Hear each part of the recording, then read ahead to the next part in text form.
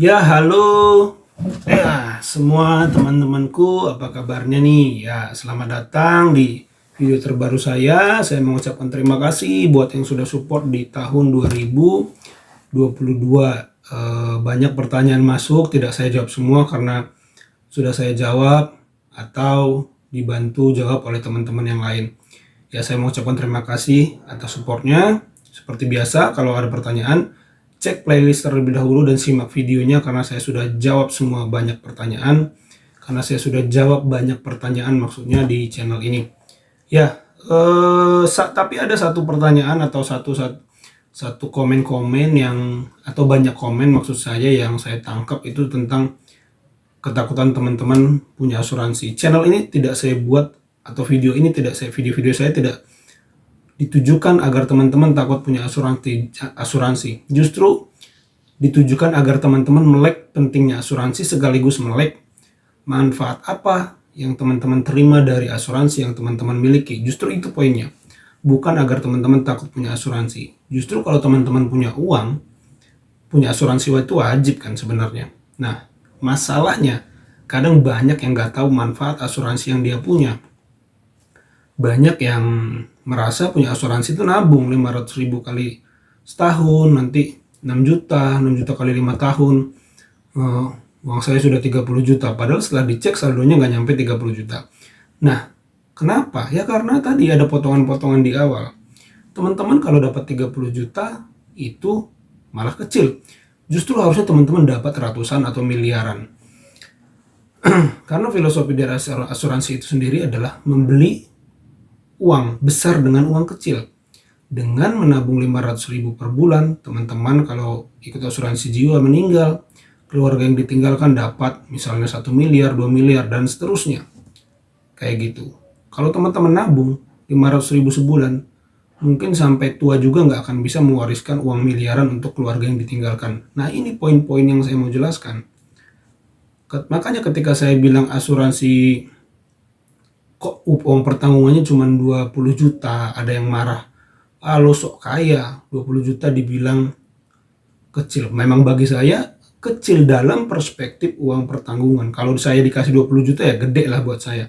Tapi bukan dilihat dari sudut itu, tapi dilihat dari sudut uang pertanggungan, dari idealnya uang pertanggungan dalam dunia asuransi. 20 juta itu dapat apa? Mending teman-teman ikut asuransi, menabung deposito 500.000 per bulan, 3 tahun udah 18 juta.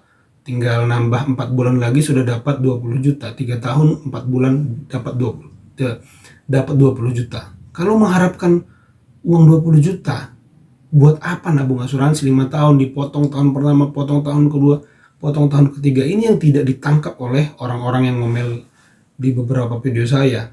Kayak gitu. Uang pertanggungan itu harus gede, segede-gedenya. Kayak gitu, karena akan diwariskan. Dan satu lagi yang mau saya ingatkan, bukan dinikmati oleh Anda yang bayar, tapi dinikmati oleh keluarga yang Anda tinggalkan. Itu konsepnya. Kayak gitu. Kalau mau menikmati apa yang Anda menikmatinya, itu nilai investasinya. Dan nilai investasinya tidak tahu kapan untung. Bisa 10, bisa 20 tahun nanti baru untung nilai investasinya. Ya gak apa-apa, bisa ditarik nanti sebagian dananya. Sisakan saldo minimal, nikmati nilai investasinya, bisa. Tapi sekali lagi channel ini ya di penutup tahun 2022 saya mau jelaskan tidak ditujukan untuk menakut-nakuti teman-teman punya asuransi. Yang sudah punya asuransi dan penghasilan Anda cukup, pertahankan atau diperbaiki asuransinya.